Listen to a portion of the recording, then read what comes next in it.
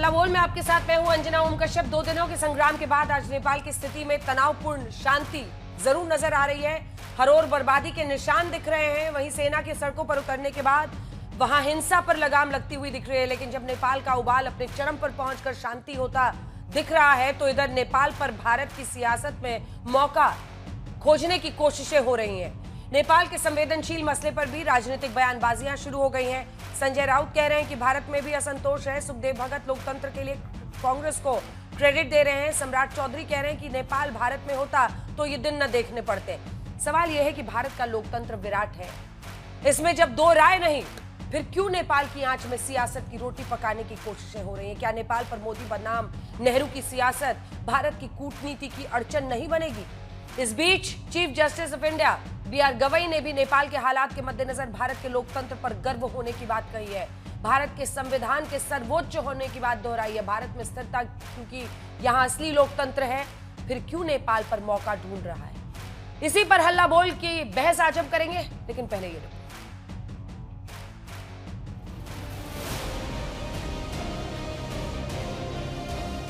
दो दिनों के तूफान के बाद नेपाल का तांडव थमता नजर आ रहा है, लेकिन अपने पीछे बर्बादी के ऐसे निशान छोड़ गया है कि नेपाल की पीढ़ियां इसे याद रखेंगी। आप कल और आज की एक एक तस्वीरें देखते जाइए और समझते जाइए कि 2 दिनों में नेपाल ने क्या क्या गंवाया है। युवा प्रदर्शनकारियों के गुस्से में मंगलवार को नेपाल का यह सिंह द्वार जला। मंत्रालय की ये इमारत आज वीरान पड़ी है। ये तस्वीरें वहां बर्बादी की दास्तां बयां कर रही है। यही हाल संसद भवन का है। संसद के भवन ने 2008 में लोकतंत्र बने नेपाल को नई उम्मीद दी थी, लेकिन कल के उपद्रव के बाद आज वहां सिर्फ नेपाल के पिछड़ जाने का निशान मानो चस्पा कर दिया गया हो। कल नेपाल की न्याय व्यवस्था की सबसे बड़ी सीट वहां के सुप्रीम कोर्ट को भी निशाना बनाया गया था। आज सुप्रीम कोर्ट की इमारत की तस्वीर अपने हश्र पर मानो हैरान हो रही हो। नेपाल के प्रमुख टीवी स्टेशन हो, बाजार हो, गलियां हो, नेताओं के घर हो, सब कुछ कल आग के हवाले कर दिए गए थे। आज इन जगहों से आई तस्वीरें नेपाल में पसरे संकट की गवाह बनी हैं। यही वो संसद भवन है जिसको आग के हवाले कल जेनजी प्रदर्शनकारियों ने कर दिया था। लेकिन क्या नेपाल में स्थिति अभी भी काबू से बाहर है? इसका जवाब हम आपको इन तस्वीरों से दिखा के देते हैं। इस वक्त नेपाल की आर्मी ने नेपाल की पार्लियामेंट को अपने कब्जे में ले लिया है। आप प्रदर्शनकारियों की नाराजगी और उनकी प्रिसिशन को समझिए। ठीक ऊपर वहां नेपाल का संसद का नाम लिखा गया था। प्रदर्शनकारी ऊपर गए और संसद के नाम को वहां से उखाड़ा। ये एफर्ट लगाया गया है बाकायदा। हालांकि आज जब नेपाल की सेना ने व्यवस्था की कमान अपने हाथ में ले ली तो माहौल में तनाव भले हो, लेकिन ताजा अशांति फैलने की रिपोर्ट्स नहीं के बराबर है। इस वक्त हम वीरगंज के घंटा घर इलाके में मौजूद हैं, जहां पिछले 2 दिनों से लगातार हिंसा देखने को मिल रही थी। और घंटा घर की तस्वीरें आप देखिए किस तरीके से आज यहां पर सन्नाटा पसरा हुआ है, क्योंकि कल रात से ही नेपाल आर्मी ने जो है यहां पर इस इलाके का जो है पूरी तरीके से अपने कब्जे में ले लिया है। नेपाल का ये संकट भारत के लिए किसी चुनौती से कम नहीं है। नेपाल के हालात पर भारत की पैनी नजर है। प्रधानमंत्री नरेंद्र मोदी ने मंगलवार रात को सुरक्षा मामलों की समिति की बैठक की थी। इस बीच नेपाल के तख्तापलट पर भारत की सियासत को सुलगाने वाले कुछ बयान आए हैं। यहाँ से पूरा पैसा विदेश में जा रहा है। हाँ, किसका बेटा दुबई में बैठा है, किसका बेटा सिंगापुर में बैठा है, किसका बेटा और कहाँ बैठा है। हाँ, कोई क्रिकेट का चेयरमैन बन गया, क्या है।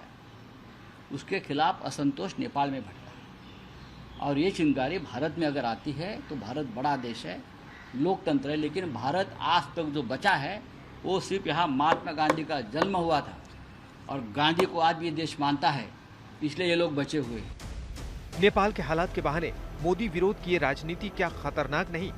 वैसे जब नेपाल में ये बवंडर आया तो ये नहीं भूलना होगा कि मोदी सरकार के सामने बीते कुछ वर्षों में चुनौतियां खड़ी करने की कोशिश हुई थी। मसलन एंटी-सीए विरोध के नाम पर हिंसा हुई, दिल्ली के नॉर्थ ईस्ट में सांप्रदायिक दंगे हुए, दिल्ली में जमकर उपद्रव हुआ, कृषि कानूनों के विरोध के नाम पर खूब सियासत हुई, यहां तक कि लाल किले तक उपद्रव हुआ। और आज जब नेपाल में 2 दिनों में ऐसे हालात बने तो विपक्ष के कुछ नेता भी समझ रहे हैं कि जो हुआ वो अचानक नहीं हुआ। अचानक हुई घटना नहीं, ये क्या सही माने में एक ज़मीनी ऑर्गेनिक आंदोलन है या इसमें कुछ ऐसी शक्तियों का भी दखल है जो दक्षिण एशिया में अस्थिरता फैलाना चाहती है। इस बीच भारत के सुप्रीम कोर्ट में राष्ट्रपति और राज्यपालों के अधिकार क्षेत्र पर सुनवाई के दौरान नेपाल का जिक्र हुआ। मुख्य न्यायाधीश BR गवई ने कहा, हमें अपने संविधान पर गर्व है, देखिए पड़ोस के नेपाल में क्या हो रहा है। नेपाल बीते कुछ वर्षों में भले चीन के ज्यादा करीब नजर आया हो, लेकिन उसके भारत से ऐतिहासिक, सांस्कृतिक और आर्थिक संबंध रहे हैं। इसीलिए नेपाल के संकट पर भारत में बहुत गंभीरता से चिंताएं सामने आ रही हैं। लेकिन अराजकता नहीं होना चाहिए। मैंने कहा कि आज यदि वो भारत का अंग होता तो आज नेपाल भी समृद्ध होता। यदि पाकिस्तान भारत का अंग होता तो आज भारत के साथ वो समृद्ध होता। मैं तो स्पष्ट कह रहा हूँ कि ये कांग्रेस की भूल है जिसके चलते हमको ये झेलना पड़ रहा है। भारत में नेपाल की घटना का विश्लेषण अपने अपने तरीके से करने की कोशिश है, लेकिन भारत के नजरिए से सबसे बड़ा सवाल यही है कि नेपाल की कमान अब किसके हाथ में आने वाली है। काठमांडू के मेयर बालेंद्र शाह, नेपाल की राष्ट्रीय स्वतंत्र पार्टी के अध्यक्ष रवि लमिछाने और हामी नेपाल NGO के संस्थापक सदन गुरंग इस पूरे संकट के बीच लोगों की जुबान पर चढ़े हैं, लेकिन नेपाल के अगले सियासी रास्ते का अनुमान अभी मुश्किल है। आज तक ब्यूरो। एक खास मेहमान हमारे साथ जुड़ रहे हैं, लेकिन उससे पहले नेपाल से जुड़ी 2-3 बड़ी खबरें आ रही है, आपको बता दें, क्योंकि अब सबसे बड़ी चिंता यही थी, हमारा पड़ोसी देश है, ऐसे में जो अस्थिरता वहां पर है, लेकिन फिलहाल सेना ने सब कुछ कब्जे में ले लिया है और इस बीच अंतरिम सरकार का रास्ता साफ होता हुआ दिखाई दे रहा है, जिसमें आपको बता दें सुशीला कार्की बन सकती हैं नेपाल की प्रमुख। वो एक chief justice of supreme court of Nepal रह चुकी हैं और ऐसे में ज्यादा से ज्यादा लोग इस बैठक में जो शामिल हुए, एक वर्चुअल बैठक हुई, उसमें उनका ये कहना है कि देश को फिलहाल सुशीला कार्की संभालें।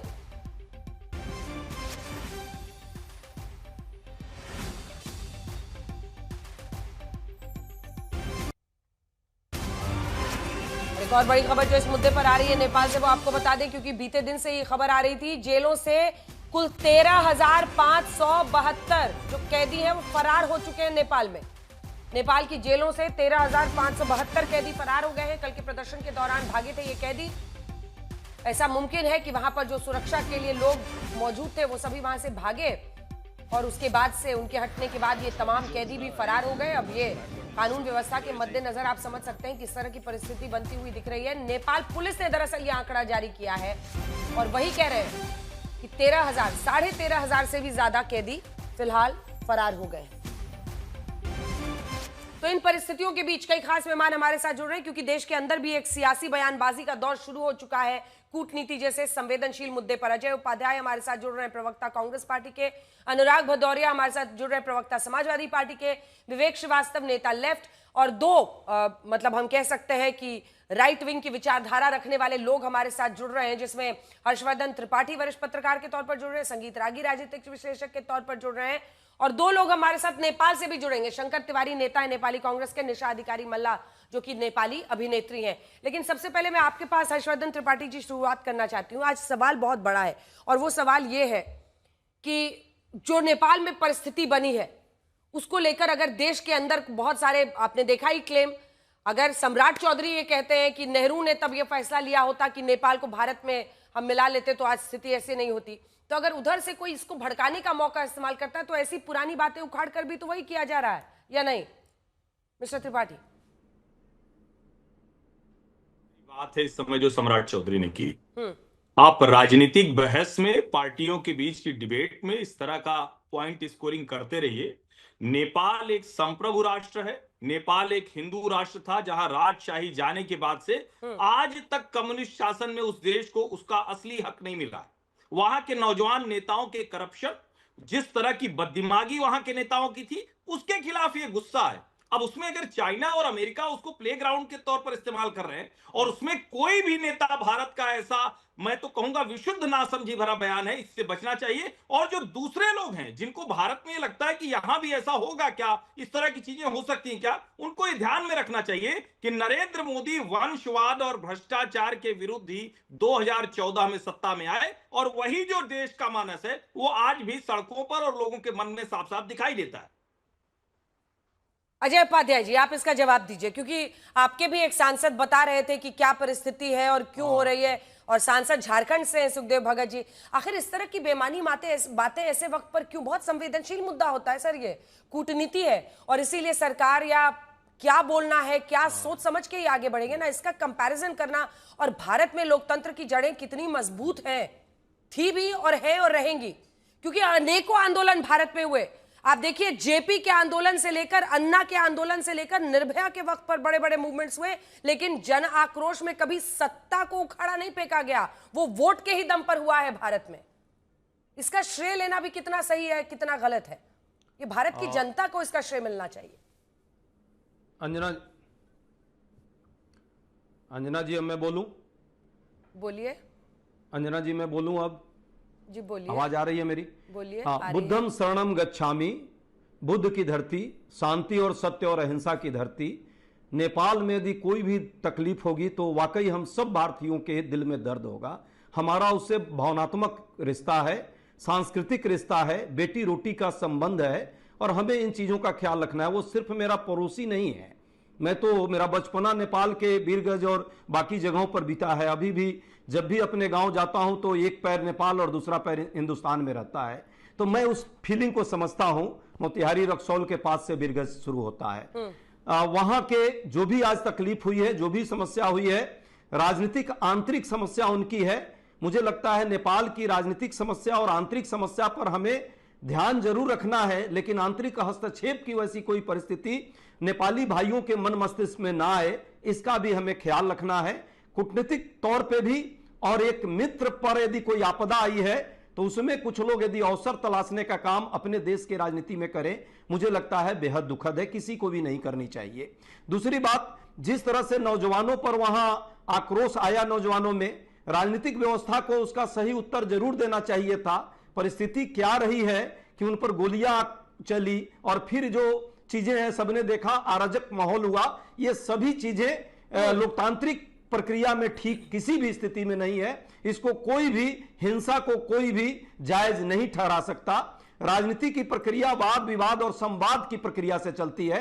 हो सकता है वैचारिक आधार पर आज हमारा यहां हर्षवर्धन त्रिपाठी जी से विरोध हो, भाजपा के लोग इस मुद्दे पर आज नहीं आपके इस डिबेट में हैं, उनसे भी विरोध हो, पर वाद विवाद और संवाद हमारा होना चाहिए। हमें किसी भी स्थिति में ऐसी नौबत नहीं आनी चाहिए जिसमें राज सत्ता के विरुद्ध आगे बढ़ते पढ़ते हम देश के विरुद्ध हो जाएं, जो आज वहां पे जो परिस्थिति दिख रही है। ठीक है, अनुराग जी, आपको क्या लग रहा है? बहुत सारे लोगों ने यहाँ जो भी कमेंट किए, 10 सेकंड सिर्फ बहुत सारे लोगों ने, चाहे कोई किसी भी पार्टी का हो, नेपाल के मुद्दे पर जो इतना संवेदनशील मुद्दा है, इस पर किसी भी तरह की कोई भी बात रखता है, मुझे लगता है नहीं रखना चाहिए।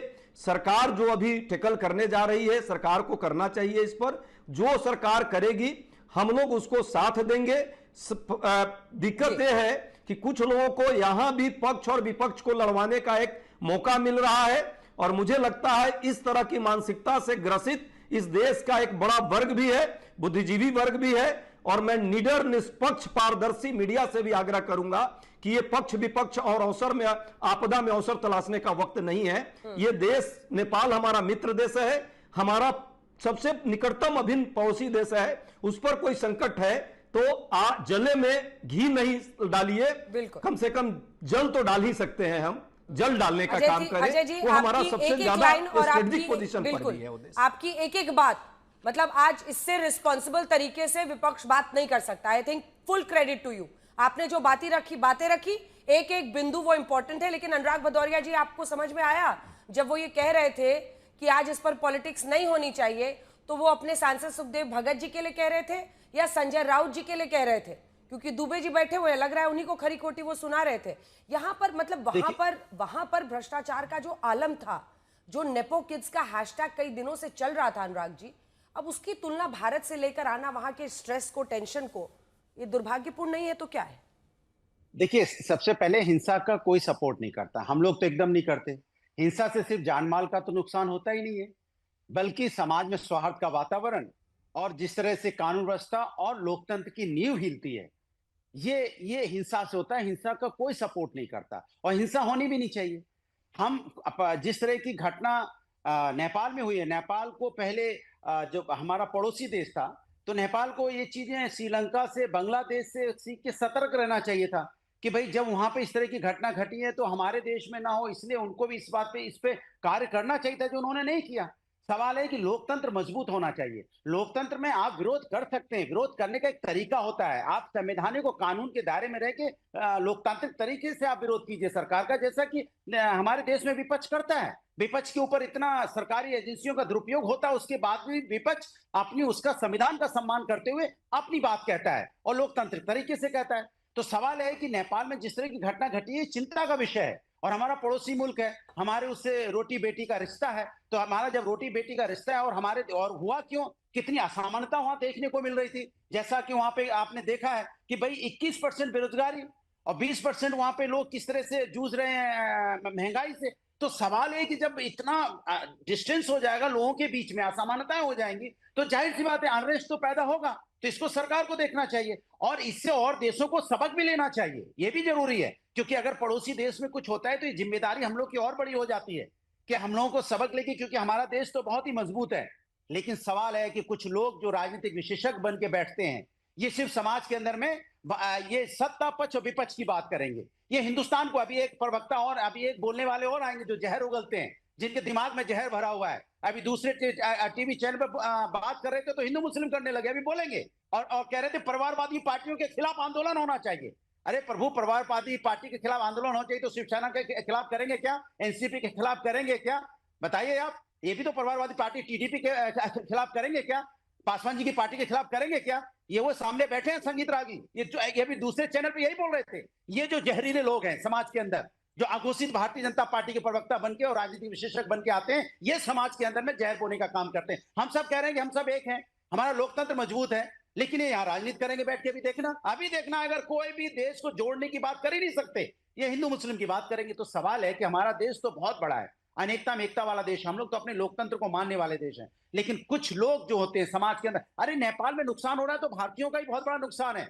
75% जो बिजनेस हो भारतीयों के, वहां पे इंफ्रास्ट्रक्चर भारतीयों का है। जो जितना नुकसान जानमाल का हो रहा है तो भारतीयों का नुकसान हो रहा है। तो हमें तो चिंता का विषय होना चाहिए और चिंता इसमें व्यक्त करनी चाहिए। और कूटनीति, यहाँ पे देश की कूटनीति भी बहुत मजबूत होनी चाहिए, जिससे कि हमारे हम कैसे उनको नेपाल की मदद कर पाए और नेपाल को किसी कूटनीतिक तरीके से हैंडल कर पाए। हमारा देश सुरक्षित, हमारे देश को कोई खतरा नहीं है, हमारा देश लोकतंत्र मजबूत है। यहाँ पे विपक्ष अपनी बात कहता है। किसान आंदोलन भी हुआ, लोकतांत्रिक तरीके से हुआ। बताइए आप, किसान आंदोलन में किस प्रकार कोई बात हुई? हमने अपनी बात रखी, यहाँ पे बिल वापस हुए, लेकिन लोकतांत्रिक तरीके से। ठीक है, अनुराग जी लौट रही हूँ, अनुराग जी लौट रही हूँ। हर्षवर्धन जी सिर्फ 2 लाइन, क्योंकि संगीत त्यागी पर उन्होंने डायरेक्ट कमेंट किया है, मुझे लगता है उनको मौका मिलना चाहिए रिस्पॉन्ड करने का।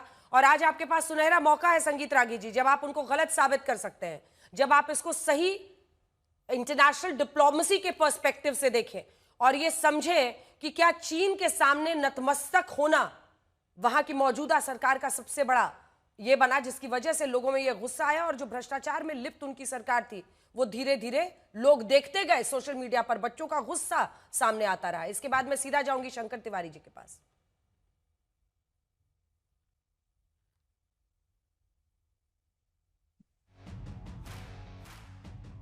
रागी जी बोलिए। अतीक और हिंसा में उनकी पार्टी विश्वास नहीं करती है, लेकिन अतीक और मुख्तार अंसारी के साथ खड़ी होती है, संभल के हत्यारों के साथ खड़ी होती है जो हिंसा में सम्मिलित थे। दूसरी बात, इनइक्वलिटी के मामला में यदि कहा जाए तो एक जरा ध्यान देखना चाहिए। 1% जनसंख्या अमेरिका की, 31% उसके पास धनराशि है। 2.5% अमेरिका की जनसंख्या के पास जो है वो 50% की धनराशि है। वहां भी इनइक्विटी है। जितने भी ग्लोबल नॉर्थ के कंट्री जिन्हें आप डेवलप कंट्री कहते हैं, वहां भी इनइक्वलिटी है।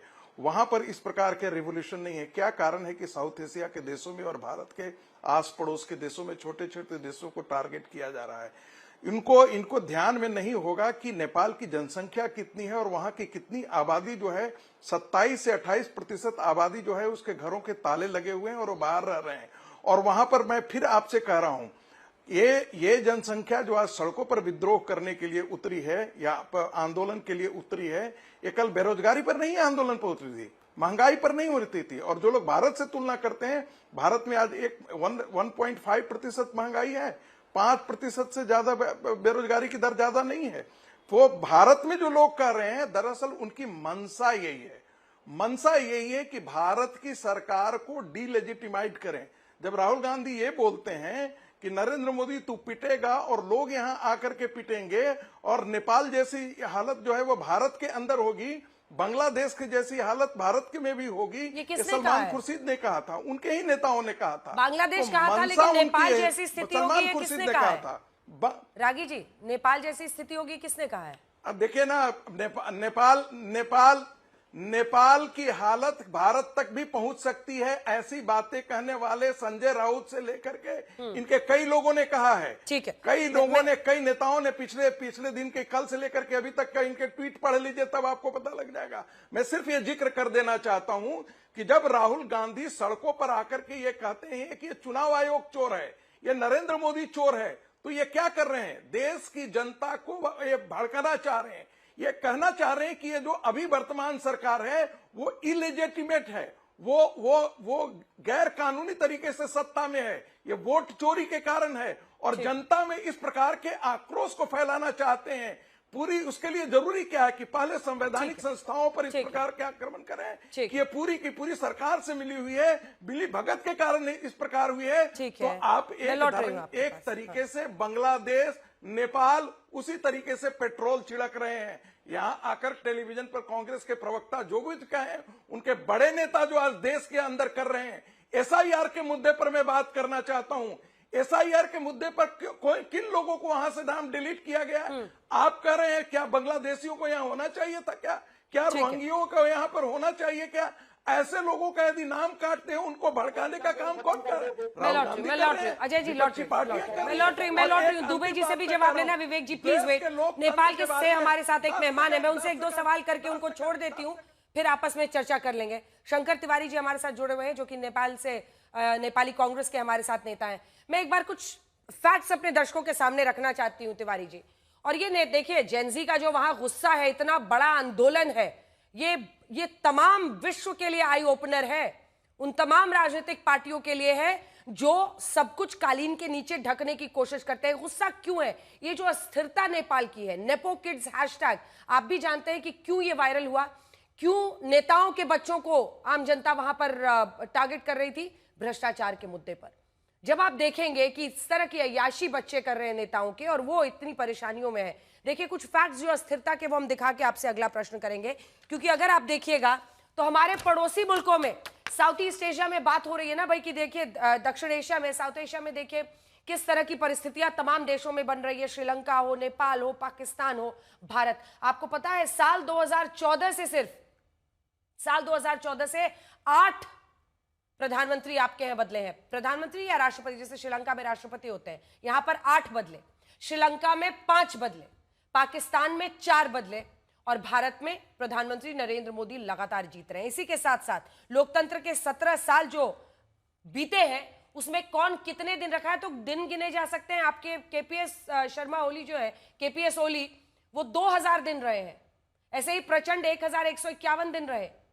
पूरी लिस्ट है जिसमें माधव नेपाल 662 दिन रहे, बाबूराम भट्टाराय 562 दिन रहे, खिलराज रेग्मी 334 दिन रहे। और नेपाल के लोकतंत्र में ओली और प्रचंड को जोड़ लीजिए तो वो नंबर्स भी हम दिखा रहे हैं। इसको बताते हुए मेरा प्रश्न आपसे ये है कि ये जो अस्थिरता है, ये जो भ्रष्टाचार के संगीन इल्जाम है, आप सोचिए ओली जो कि इतने बड़े हीरो थे एक वक्त में लोगों की नजर में, उन पर 100 करोड़ की संपत्ति इकट्ठा करने का आरोप लगा। उनके पैतृक गांव में जब वो गए तो उन्होंने वहां हेलीपैड बना दिया, 3-3 हेलीकॉप्टर से गए। नेपाल का ये हाल क्यों हुआ? नेपाल का ऐसे हाल होने में, जब 1990 का कॉन्स्टिट्यूशन था, उसका दूसरा पार्लियामेंट जो फंक्शन किया, उसकी वजह से, उसके फंक्शनिंग के टाइम के बैड रेपुटेशन के वजह से 1990 का कॉन्स्टिट्यूशन कोलैप्स हो गया। और सन 2006 के बाद सन 2006 के क्रांति के बाद सन 2014 में दूसरे संविधान सभा से नेपाल के संघीय लोकतांत्रिक गणतंत्रात्मक संविधान बन गया और उसका पहला गणतांत्रिक संसद के निर्वाचन हुआ था। वहां से केपी ओली मैं एक बेसिक सवाल पूछ रही हूँ सर आपसे, मुझे पता है आप भी एक पार्टी से जुड़े हुए हैं। एक सिंपल क्वेश्चन है, देखिए आज जितने युवा हैं सोशल मीडिया पे, पहले ये बात वहां से फैलाई गई कि भाई सोशल मीडिया बंद कर दिया गया है इसलिए ये सारे बच्चे सड़कों पर आ गए हैं, इनको तो लत लगी हुई है, लेकिन दरअसल वो भ्रष्टाचार के खिलाफ आए। ये आप लोग क्यों नहीं समझ पाए, ये तमाम राजनीतिक पार्टियां क्यों नहीं समझ पाई जब तक वो युवा नेताओं के घर जाकर आग नहीं लगाने लगे? Yes, there was deep frustration and KP Oli had clearly shown the hubris syndrome from the very beginning in his earlier term, and जब नेपाली कांग्रेस का और एमआरए का कोलिएशन बना उसी टाइम से ये क्लियर था कि this is not going to yield any positive result, क्योंकि उन्होंने 7 बूंदे सहमति किया था और 7 बूंदे सहमति के बाद तहत में कुछ काम नहीं हुआ, इसीलिए लोगों में विश्वास था और केपी ओली ने सोशल मीडिया पर भाई विनायक हमारे साथ ऐसे ही एक आंदोलनकारी वहां से जुड़ रहे नेपाली नागरिक हैं। विनायक जी, मैं वही सवाल पूछ रही थी कि शुरू में यही बात सबको फैलाई गई पूरे विश्व में कि भाई सोशल मीडिया बंद कर दिया केपी ओली ने इसलिए छात्र निकल गए हैं, लेकिन ये तो गुस्सा था #नेपो किड्स वाला, ये तो गुस्सा था #करप्शन वाला जो सड़कों पर निकला। ये क्यों हुआ और इतना बड़ा, मतलब जिसको कहते हैं इतनी बड़ी आग लग गई कि नेपाल की जो बड़ी बड़ी इमारतें थे वो सब आग के हवाले युवाओं को करना पड़ा, क्यों हुआ ये? आपकी नजर में क्या कहेंगे? नमस्ते। जो हुआ नेपाल में वो बहुत ही दयनीय सिचुएशन है, बहुत सैड सिचुएशन है what is happening currently in Nepal, और वो this is not what we intended when we first started against this movement. You corruption ke against tha. This was against the corruption, against the coalition government that has been consequently looting the country since so many years. It was against the system. It was not against any concerned political parties. थोड़ी सी आपसे गुजारिश है, मुझे पता है आपके लिए अंग्रेजी बोलना ज्यादा आसान होगा, नेपाली भाषा बोलते होंगे आप, लेकिन अगर आप हिंदी बोल सके हमारे दर्शकों के लिए हिंदी अच्छा रहेगा। Thank you so much, please बोलें हिंदी में। ये गवर्नमेंट के अगेंस्ट था, ये सिस्टम के अगेंस्ट था, जो सिस्टम हमें परेशान कर रही थी इतने सालों तक, इसके अगेंस्ट था। जब हमने ये शुरुआत किया था नेपो किड्स, विनायक सिंपल भाषा में, जेन जी की भाषा में पूछती हूँ, ये जो #नेपो किड्स वहां पर इतना चला, क्या था ये अगेन एक मूवमेंट था against the corruption that has been going on. ये करप्टेड किड्स जो अपने माँ बाप की कमाई हुई काली धन को प्रयोग करते हैं, गलत तरीकों से शो ऑफ करते हैं, और एक चमाटा था, to be honest, to the corrupt political system that we are seeing you, that the nation is seeing you, that वो नेशन देख रहा है कि आप क्या कर रहे हैं, आप कैसे लूट रहे हैं पब्लिक को। हमने ये सब करने, अवेयरनेस के लिए, रेज करने के लिए हमने स्टार्ट किया था, बट लेकिन अब अफसोस है आपको कि बहुत ज्यादा जो जी विनायक, अब अंदर से आप लोगों को अफसोस हो रहा है जब ये इमारतें देख रहे हैं, क्योंकि दरअसल ये तो टैक्स पेयर के ही पैसे का था बना हुआ, और अब मतलब आप सोचिए सिंह दरबार की जो तस्वीरें हमने दिखाई थी बीती रात भी, एक बार फिर दिखा दीजिए, रात भर धू कर इमारतें जलती रही, संसद सब जगह। जिस मोड पर हम आ गए अभी, इट इज मोर डेट्रीमेंटल। ये नेपाल की future economy, future system, future politics और फ्यूचर गवर्नेंस के लिए अच्छा वक्त नहीं है। सो ये इस समय में में सबको एक सममित होके, हमें एकजुट होके आगे बढ़ना चाहिए। इसीलिए हम वार्तालाप में आगे रहे हैं। We are in constant communication. The Gen Z movement ये कांस्टेंट कम्युनिकेशन में है हमारे नेपाल आर्मी के साथ। सवाल है जो मैं आपसे पूछ रही हूँ, आपने कहा कि आप लोग बातचीत के जरिए रास्ता, कॉन्वर्सेशन के जरिए आगे खोजना चाहते हैं, भ्रष्टाचार के खिलाफ #नेपो किड्स यानी नेताओं के बेटों की जो काले धन से वो पैसा उड़ाते थे, उन सब के खिलाफ, ये सब समझ में आता है। लेकिन मैं उस अफसोस के बारे में पूछ रही हूँ जब आप अपने ही राष्ट्रीय धरोहरों को इस तरह से जलते हुए देख रहे हैं। और मुझे इस बात का बहुत अफसोस है, और ये खबर हम लोगों ने बार बार आज तक पर दिखाई कि आप में से जो प्रदर्शनकारी थे 22 लोग मारे गए, जिसमें शायद जो खबर आई है कुछ बच्चे भी शामिल हैं। लेकिन ऐसी हिंसा तो दूसरी तरफ भी हुई ना। एक फॉर्मर प्राइम मिनिस्टर की वाइफ तो घर को आग लगा दिया, उनकी मौत हो गई। आप सोचिए 17-18 हजार लोग निकल गए, जेल से भाग गए। झालानाथ जी की बीवी राज्य लक्ष्मी जी की मौत हो गई, 17,000 से ज्यादा लोग जेल से अभी भाग गए हैं। जी, ये बिहेवियर जो हुआ है वो जेनजी मूवमेंट वो बिल्कुल सपोर्ट नहीं करती है।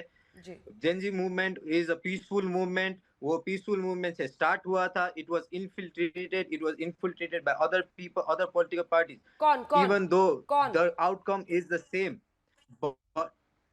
किसने इन्फिल्ट्रेट किया आपके मूवमेंट को? Unidentified people.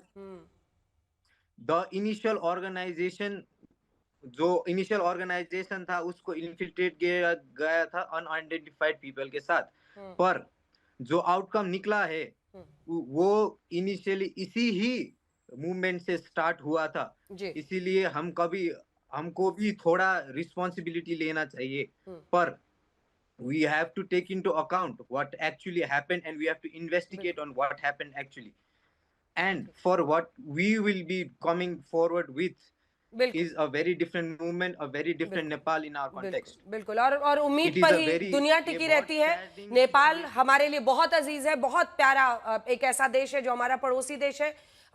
पूरी उम्मीदें और प्रार्थनाएं भारत की। आप दोनों का हमारे साथ जुड़ने के लिए बहुत बहुत धन्यवाद, क्योंकि हम सब चाहते हैं कि नेपाल में जल्द से जल्द वैसी ही स्थिरता आए और जो भी नुकसान हुआ है उसकी जल्द से जल्द भरपाई हो पाए। अब दुबे जी के पास चलते हैं। आप दोनों का धन्यवाद, शंकर तिवारी और विनायक जी, हमारे साथ जुड़ने के लिए। आनंद दुबे जी, क्या कह रहे हैं संजय राउत? और फिर जब ये बात चलेगी तो दूर तलक जाएगी ना, और दूर तलक क्यों? अपने ही घर में देखना है क्या चल रहा है। क्यों इस तरह की बात वो करते हैं संजय जी? मिस्टर दुबे। अंजना जी, हाँ।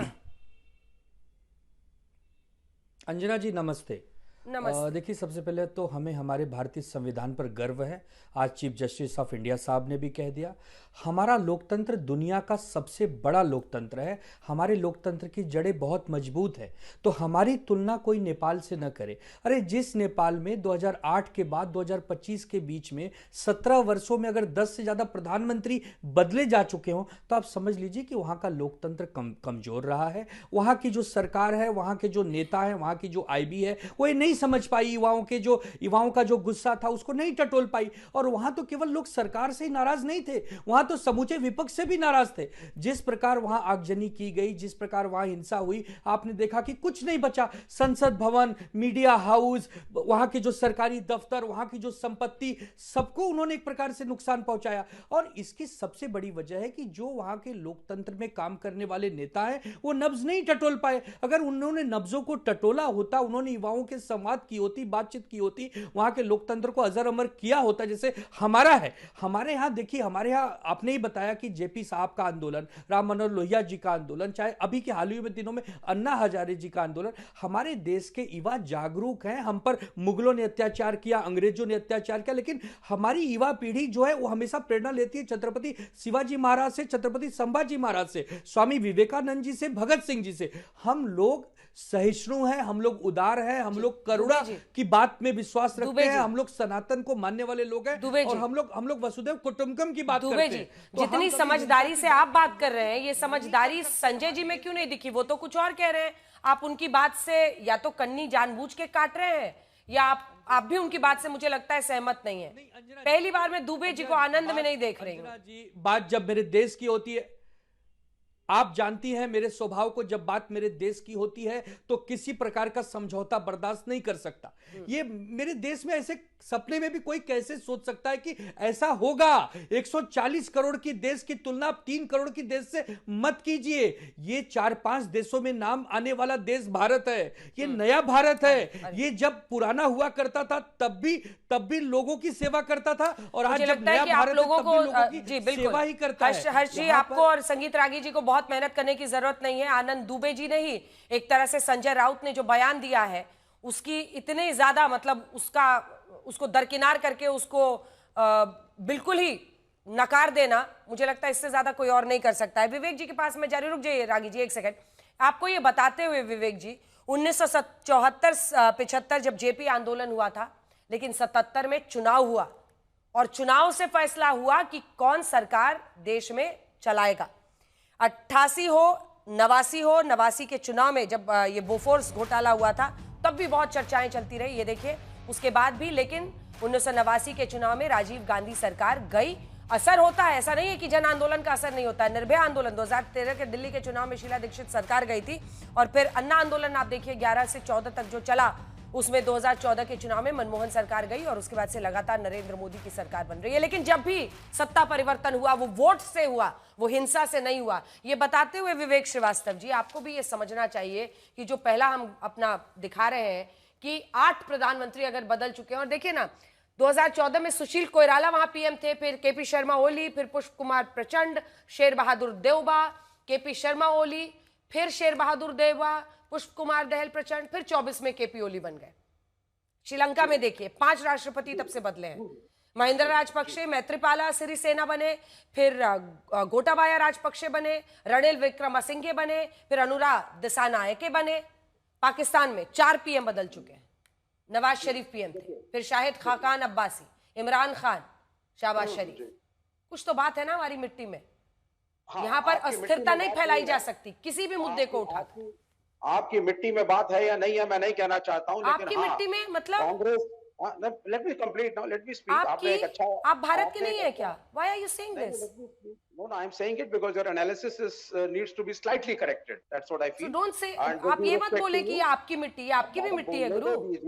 बोलने दीजिए, आगे बढ़ने दीजिए मुझे। बढ़िए 30 सेकंड बोलूं फिर आप बढ़िए विवेक से बढ़िए। आपका मॉडिफिकेशन जो आपने वक्तव्य अभी दिया, मैं उसका स्वागत जरूर करता हूं, लेकिन उसका क्रेडिट आपको कांग्रेस पार्टी को देना पड़ेगा, जिसके विपक्ष में कम्युनिस्ट भी रहे, हम भी रहे।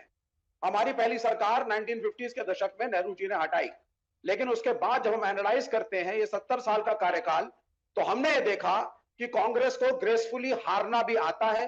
तीसरे मोर्चे की सरकारें बनी, विश्वनाथ प्रताप सिंह की सरकार बनी, अटल बिहारी वाजपेयी की सरकार बनी, कांग्रेस और यूपीए कभी आई कभी गई, लेकिन सत्ता से चिपकने की बात किसी भी पार्टी में नहीं थी, ये आपने भी कहा। लेकिन ये चीज आज 2014 के बाद हमको नहीं दिखती है। मैं शिवसेना की तरफ से संजय राउत जी ने जो बोला उससे मैं काफी एग्री करता हूं कि हर देश को जागरूक हमेशा रहना चाहिए कि डेमोक्रेटिक प्रिंसिपल्स बचे रहे। विपक्ष कुछ कह रहा है, इज्जत देना सीखिए। यहां संगीत रागी बैठ करके कह रहे हैं साहब आंदोलन मत करो। अगर आपको इलेक्शन कमीशन के खिलाफ है, आप कुछ नहीं कह सकते, आप कर ही नहीं सकते आंदोलन। आप सरकार में हाँ मिला करके चलिए, आप क्वेश्चन मत करिए ऑपरेशन सिंदूर को, आप नहीं क्वेश्चन कर सकते हैं, आपको अधिकार नहीं है। आप इकोनॉमिक पॉलिसी में ना क्वेश्चन करिए। $700 बिलियन से कर्ज है देश पे, आप ना क्वेश्चन करिए। टोटली जो है कुछ बिजनेस हाउसेस कंट्रोल कर रहे हैं इकोनॉमी को, ना क्वेश्चन करिए। 80 करोड़ लोगों को 5 किलो राशन देना पड़ता है, ना क्वेश्चन करिए। तो ये बात नहीं चलती है। संजय रावत सिर्फ एक बात कह रहे हैं कि अपोजिशन को साथ लेके चलिए, जन भावनाओं को समझिए, सत्ता से मत चिपकिए। इलेक्शन कमीशन के ऊपर सीरियस एलिगेशंस हैं, उनको भी लाइटली मत लीजिए। मुझे इसका उत्तर देना पड़ेगा। मत लीजिए उसको लाइटली, और उसमें कोई बुराई नहीं है, कोई एंटी नेशनल नहीं है। कोई नहीं चाहता देश में तोड़फोड़ हो, लेकिन लोग चाहते हैं कि तोड़फोड़ होने की अगर कोई भी गुंजाइश है तो उसको शुरू से रोका जाए। उसके लिए डेमोक्रेसी और प्रजातंत्र का होना जरूरी है। नेपाल में जो गलतियां हुई, भारत ना करे, भारत ना करे। ठीक है, संगीत रागी जी इसका जवाब दीजिए। देखिए, वे लोग डेमोक्रेसी की बात कर रहे हैं जब वो बंगाल की सत्ता में थे तो सेन ब्रदर्स को मार करके उसके खून में चावल पका करके उसकी जिंदा मां को खिलाए थे। ये जो ह्यूमन कैनिबलिज्म में है, देश में राजनीतिक हिंसा की देन जो है वो वामपंथियों की देन है। चाहे वो बंगाल में हो, चाहे उन्हें अपने विरोधियों को खत्म कर देते थे। कोई पढ़ना चाहिए red hammer to Calcutta university, क्या क्या बंगाल के अंदर दुष्कर्म इन लोगों ने किया है, उस पर मैंने जाना नहीं चाहता। लेकिन दूसरी बात मैं कहना चाहता हूं, जितने ये वंशवादी पार्टियां हैं, ठाकरे जी के परिवार की कोई इंडस्ट्री चलती थी क्या? लालू प्रसाद की जो की कोई इंडस्ट्री चलती थी था? हम तो जानते थे कि मुलायम सिंह यादव पहलवान थे, उनकी इंडस्ट्री चलती थी क्या? इन सारे वंशवादी पार्टियों के जरा एसेट्स को आप सुन लीजिए, ये सारे इस देश के चोरी करके चोरी करके पैसा इकट्ठा करके इनके वंश के पार्टियों को आगे, इनके बेटों को आगे बढ़ा रहे हैं। जो 5 स्टार के होटल की संस्कृति है, ये समाजवाद की संस्कृति है, जिनके सारे घरों के खर्चे जो है सारी जो है वो 5 स्टार और 7 स्टार में होते हैं। इनके राजनीतिक प्रतिनिधित्व की बात करते हैं, बाप बेटा, चाचा भतीजा, नाई जेठानी बड़ानी सारे संसद में होते हैं, माँ बेटा बेटी संसद में होते हैं। ये राजनीतिक ठीक है, जवाब सुनिए अनुराग जी, अपने परिवार जवाब सुनिए रागी जी। अब आप रिपीट कर रहे हैं अपने आप को, वैलिड क्वेश्चन है, जवाब सुनिएगा ना, एक ही बात। ऐसे ही लोग हैं जो समाज के अंदर में माहौल खराब करने की बात करते हैं। अब देखिए कितनी आसानी से कह रहे हैं कि परिवारवाद, परिवार होना तो बड़ी फक्र की बात होती है, चाचा होना फक्र की बात है, भतीजा होना फक्र की बात है, बुआ मौसी नाना नानी, अरे यही तो हमारा हिंदुस्तान की संस्कृति संस्कार है। इन्हीं सारे रिश्तों को मिला के एक समाज बनता है, इसी समाज से एक हमारा देश 100 प्रदेश बनता है। और संगीत जी की आवाज इतना ही तकलीफ है, लड़ाई झगड़ा मत कीजिए, इतनी अगर परिवारवादी पार्टी से तकलीफ है तो आप कह दो भारतीय जनता पार्टी से टीडीपी के साथ सरकार ना बनाए, क्यों बना पड़ी है? आप कह दो भारतीय जनता पार्टी एनसीपी और शिवसेना का साथ छोड़ दे, अब यहाँ पे पासवान का साथ छोड़ दे, पासवान जी का चौटाला जी के साथ सरकार, पीडीपी के साथ भी सरकार, माने जहां आपको जरूरत पड़ेगी उसके साथ सरकार बना लेंगे तो वो वंशवादी नहीं रहेगी। एक बात। दूसरी बात, इस लोकतंत्र का अपमान मत कीजिए। इस संविधान में लोकतंत्र में जनता चुनती है अपना नेता, कोई परिवार नहीं चुनता है। आप आज तक नहीं चुनेंगे क्योंकि जनता ने आपको नहीं चुना। सवाल यह है कि अगर जनता यहाँ किसी को चुनती है तो आप लोकतंत्र का अपमान नहीं कर सकते। यह जनता के वोट से चुन के आया जाता है, चाहे प्रधानमंत्री जी हो, चाहे मुख्यमंत्री हो, चाहे एमपी हो, चाहे एमएलए हो, जनता अपने वोट से चुनती है। किसी के राष्ट्रीय अध्यक्ष के साइन करने से ना कोई लोकसभा में पहुंचता है ना कोई राज्यसभा में पहुंचता है। इसलिए आप इस तरह की जो मानसिकता है, जो इस तरह का आप समाज के अंदर में, संजय राउत जी ने पहले बोला ना अनुराग भदौरिया जी, आपको ये गुस्सा ऊपर निकालना चाहिए। वो बच्चों पर आए देश में क्या बोला, आपने सुना है? नहीं, रिपोर्ट नहीं देखी। नहीं, मैंने सुना। उन्होंने जो बोला उसका आप आशय बदल दे रहे हैं। उन्होंने आपको एक बात कही, इस देश के अंदर में जब भी कोई बात कही जाती है तो ये भारतीय जनता पार्टी के लोग बतंगड़ बनाने के लिए तैयार होते हैं। राउत जी बात कह रहे थे, वही बात ये बोले तो बतंगड़ हो जाता है। दुबे एक बार अपने दर्शकों को जरा 1-2 चीज बता दूं सर, जल्दी से बताते हैं कि व्यापार कितना, नेपाल हमारे लिए कितना बड़ा है, जिस पर अजय जी मैं आपसे एक रिएक्शन लूंगी। क्योंकि देखिए नेपाल से के आयात में जो हिस्सेदारी है वो 63% भारत की है। इतना इंपॉर्टेंट है ये हमारे लिए। 14% चीन, अन्य देश 21 है, 2% अमेरिका के साथ। इस रिश्ते को और वहां की स्थिरता हमारे लिए बहुत जरूरी है अजय जी। एकदम सच बात है अंजना जी, एकदम सच बात है। और आपके आज के इस कार्यक्रम को मुझे पूरा भरोसा है नेपाल के भी बहुत सारे लोग देख रहे होंगे और उनको लगता है कि भाई उनके इस समस्या पर हमारे लोगों के क्या विचार हैं। नेपाल हम लोगों का आज से रिश्ता नहीं है, ऐतिहासिक है, बहुत पौराणिक है। माँ जानकी की जन्मभूमि है, बुद्ध की भी जन्मभूमि लुम्बिनी वही है और हम सब एक दूसरे से जुड़े हुए संबंधों में हैं। आपको भी मुझे लगता है सर्वाधिक वहां का ज्ञान है, चूंकि आप खुद भी उन एरिया को देखती रही हैं शुरू से। नेपाल का रिश्ता सिर्फ आर्थिक हम इसको लेंगे तो नहीं चलेगा, आर्थिक तो है ही, रणनीतिक तौर पे भी बफर जोन की बात करें, कूटनीतिक तौर पे यदि हम बात करें, चाइना जब एक दौर था जब चाइना से के बीच में हमें जब रखना पड़ता था तो नेपाल एक ऐसा देश था, भूटान एक ऐसा देश था जो भारत को अनकंडीशनली वैश्विक मंच पर हमें सपोर्ट करता था और वो आउट ऑफ वे जाकर सपोर्ट करता था। नेपाल को भी हमारी जरूरतें हमेशा रही है लैंड लॉक कंट्री होने के कारण। 2-3 बातें जो यहाँ विवाद छोटी मोटी बातों में की जा रही है, संजय निषाद जी का तो जिक्र कहीं नहीं आया। मंत्री हैं अभी उत्तर प्रदेश सरकार में और वो कह रहे हैं कि भारत सरकार को रोजगार, महंगाई, शिक्षा पर ध्यान देना चाहिए, अन्यथा नेपाल की स्थिति न पैदा हो जाए। तो ये देखिए ना अजय जी, आप बात कर रहे थे तो सीतामढ़ी के रास्ते हम लोग वाकई नेपाल बिहार से चले जाते थे, लेकिन ये भी सबको सोचना होगा, जिस पर हर्षवर्धन त्रिपाठी जी सिर्फ एक लाइन में आपसे पूछूंगी। नेपाल में क्या हुआ सबने देखा है, लेकिन पश्चिमी देशों की कुछ संस्थाओं के भारत विरोध का एजेंडा कई बार भारत में भी लोग उठा लेते हैं। स्वीडन की एक संस्था है वीडेम, ये दुनिया भर के देशों के लोकतंत्र का हिसाब किताब बताने का दावा करती है। 2025 की इसकी डेमोक्रेसी रिपोर्ट की रैंकिंग के मुताबिक नेपाल 55वें पायदान पर था और इसी रिपोर्ट में इलेक्टोरल डेमोक्रेसी बताया गया था इसे। और श्रीलंका का हाल भी जान लीजिए, श्रीलंका को 63वें पर रखा था, लेकिन भारत को कहां रखा था? पाकिस्तान को 116वें पर रखा था और भारत को 100वें स्थान पर। तो ये भी तो आज हर्षवर्धन त्रिपाठी जी सबको देखना चाहिए कि जब ऐसी विदेशी एजेंसियां एक साजिश रचती है भारत की डेमोक्रेसी के खिलाफ, तो सब उसका यहाँ पर अपना एजेंडा चलाते हैं। अंजना जी, मुश्किल ये है कि हमारे देश के नेता प्रतिपक्ष विदेशी जमीन पर जाकर कहते हैं लोकतंत्र समाप्त हो गया, अमेरिका और यूरोपीय यूनियन के देश बेखबर है। हमारे देश में भ्रष्टाचार और वंशवाद के खिलाफ आंदोलन के बाद ही 2014 में सत्ता परिवर्तन हुआ। वक्त इतने की इजाजत देता, आप सभी का बहुत धन्यवाद हमारे साथ जुड़ने के लिए। देश दुनिया की बाकी खबरों के लिए देखते रहिए।